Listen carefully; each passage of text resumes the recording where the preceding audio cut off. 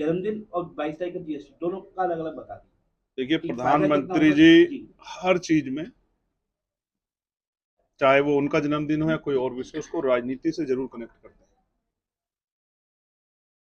अब आप ये समझिए कि 10 वाला बिस्कुट तो 10 का ही मिल रहा है, तो कितना फर्क पड़ रहा है इसका आइडिया आपको और मेरी जेब को, सबको जेब को लग जाएगा। अगर ये इतना बुरा था तो ये कई साल जो लोगों की जेब कटाई हुई है, इसका क्या जवाब है सरकार के पास? और अब कैसा क्या हुआ कि 240 पे आए हैं तो जीएसटी स्लैब अलग अलग कर दिए गए हैं, उनमें जो है कटौती भी कर दी गई है।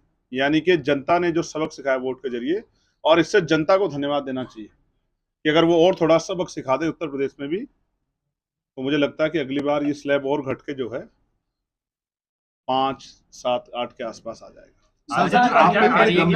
आज प्रधानमंत्री जी का जन्मदिन तो है, उनको उनके लिए मंगल कामनाएं, लेकिन आज ईवी पेरियार रामास्वामी नायकर जी का जन्मदिन है, उनको भी मेरी तरफ से बहुत सारे मंगल कामनाएं। आपका व्यक्तिगत सवाल है, आप पे बड़े गंभीर आरोप लगा रही है कि एफआईआर दर्ज नहीं हो रही है, क्या मानते हैं अभी आप पुलिस की टॉलरेंस की बात कर रहे थे? आप पुलिस से खुद ही पूछ लीजिए। सरकार कह रही गुंडा मुक्त सरकार है, बहन बेटियों का सम्मान हो रहा है, क्या मानते हैं? जी दोबारा पूछिए। सरकार कह रही गुंडा मुक्त सरकार है, तो अगर गुंडा अपराध मुक्त सरकार है तो फिर दीपक गुप्ता की हत्या कैसे होगी गोरखपुर से? किसान परेशान है यूपी में और छोटे पशुओं का भी। देखिए, सरकार के लिए किसान का सवाल है ही नहीं। सरकार कितनी तरीके से परेशान है। पहले फसल लगाने जाता, डीएपी नहीं मिल रहा है, यूरिया नहीं मिल रहा है, कई कई दिन लाइन में लगना पड़ रहा है। फिर असमय आंधी तूफान बारिश ओला, और फिर प्राकृतिक मार। इस बार कितनी बारिश हुई है, कितनी जमीन कट गई है। फिर छुट्टा पशु जो थोड़ी बहुत ही फसल बचती है, और फिर गुलदार और भेड़ियों जैसा आतंक। ये सब हमारे सामने है। क्या बसपा की जगह आपने ले ली है? अब ऐसे समय में किसान सुसाइड नहीं करेगा तो क्या करेगा? क्योंकि सपना तो दिखाया था कि आय दुगनी हो जाएगी, लेकिन आय तो दुगनी नहीं हुई। किसान को मरने के लिए छोड़ दिया सरकार ने। सांसद जी, अभी आपने मुसलमानों के अपमान की बात करी थी उत्तराखंड में, बसपा की जगह क्या आपने ले ली? दलितों के चेहरा बनकर उभरे हैं आप उभरे हैं। नहीं, ये बात आप कह सकते हैं, आप जनता के बीच में रहते हैं, खाली मैं सिर्फ दलितों की राजनीति नहीं करता। इस देश में ये चरित्र है कि वो जाति के आधार पे, आप ऐसा कभी मुख्यमंत्री को क्यों नहीं पूछते कि वो राजपूतों के नेता हो गए हैं क्या?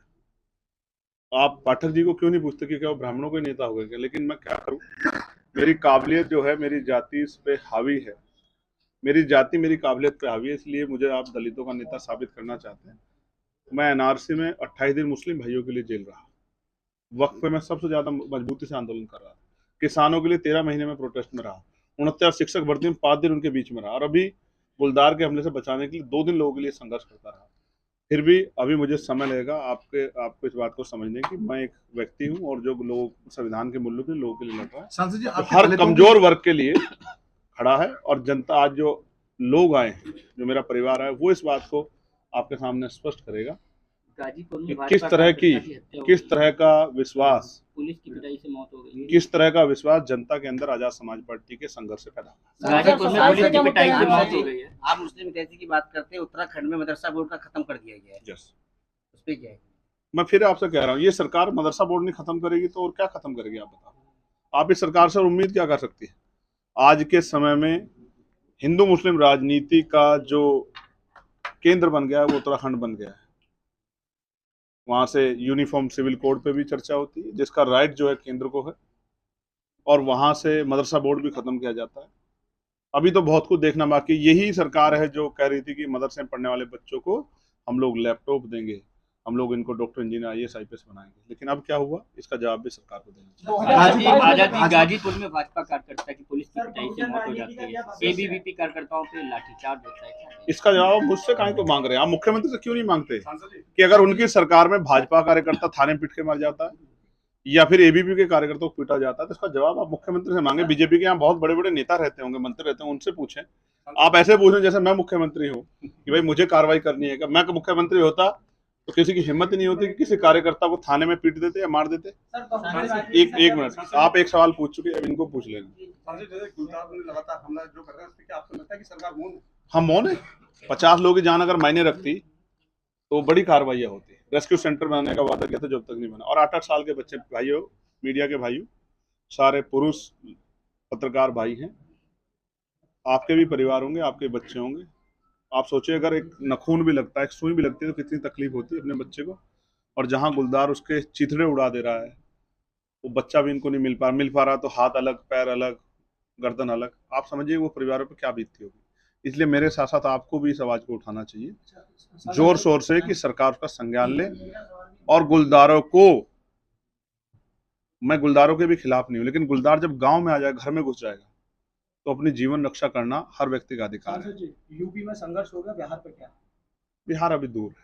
अच्छा, एक पार्टी, आपकी पार्टी का एजेंडा क्या है? दूसरा, बीएसपी या अन्य दलों से कैसे अलग समझती है? आप अगर आज सुनते और हमारे प्रभु सम्मेलन, सबसे पहला तो एजेंडा प्रभु सम्मेलन ही क्लियर करता है कि हम संवैधानिक मूल्यों को मानते हैं।